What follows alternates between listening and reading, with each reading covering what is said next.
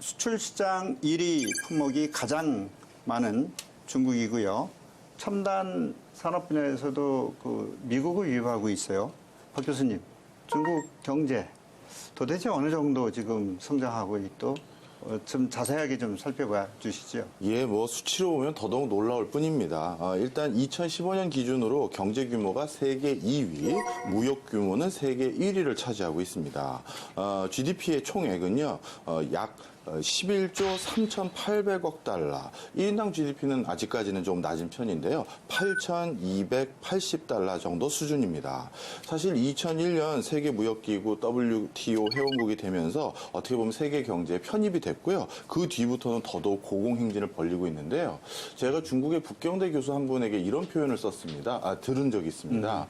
중국의 GDP 총액이 매년 늘어나는 그 금액이 스위스가 하나씩 생긴 금액이랑 똑같다고 하더라고요. 맞습니다. 실제 스위스 아마 조금 더 되면은 스위스보다 훨씬 더 큰 나라의 나라가 하나씩 생기는 거죠. 그래서 이 중국을 지난 문화 표현에도 얘기했지만 한성이 이 스페인만한 이 규모니까 그래서 이 중국을 볼 때 단순 한 나라로 보지 말아야 된다.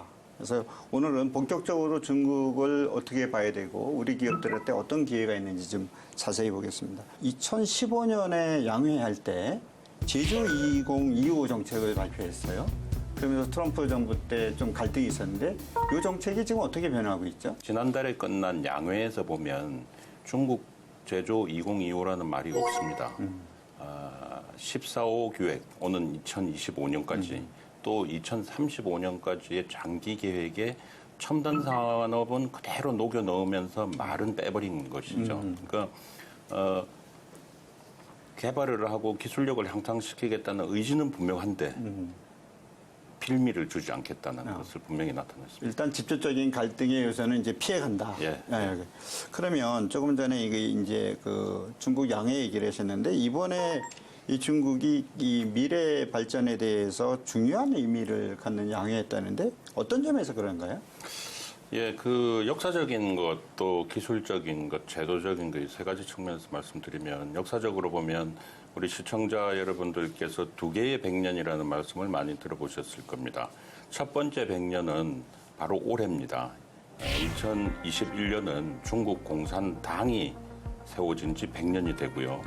또 2049년이 되면은 국가가 건국한 지 100년이 됩니다. 그러니까 두 개의 100년이라는 거는 하나는 당, 하나는 국가 이것을 의미를 하고요. 올해까지 당의 100년 시기에는 중진국이 되겠다. 국가의 100년이 되는 2049년에는 세계 최고의 선진국이 되겠다 하는 것이 국가의 큰 마스터 플랜이 되겠습니다. 그리고 그 아래에서 지금 이제 움직이고 있는 제도적인 것은 과거에 중국이 법도 없고 규정도 미약하고 해가지고 되는 것도 없고 안 되는 것도 없다는 얘기가 대단히 많았었는데 지금은 매년 중앙과 지방에서 경제 관련 법이 2만 개 이상 손질이 되고 있습니다. 모든 것이 제도화가 돼가고 있다는 것이죠. 특히 이번 양회에서 중국 고위 당국자들이 누차 강조를 했습니다마는 앞으로 10년 동안은 하나의 칼을 갈듯이 기술 개발을 한다고 이렇게 얘기를 했습니다. 그것은 미국도 마찬가지지만 중국도 이제는 글로벌 밸류 체인의 저 하단에서 싸게 물건을 공급하는 데서 이번에는 반드시 벗어나겠다는 그 강력한 의지를 읽을 수가 있습니다.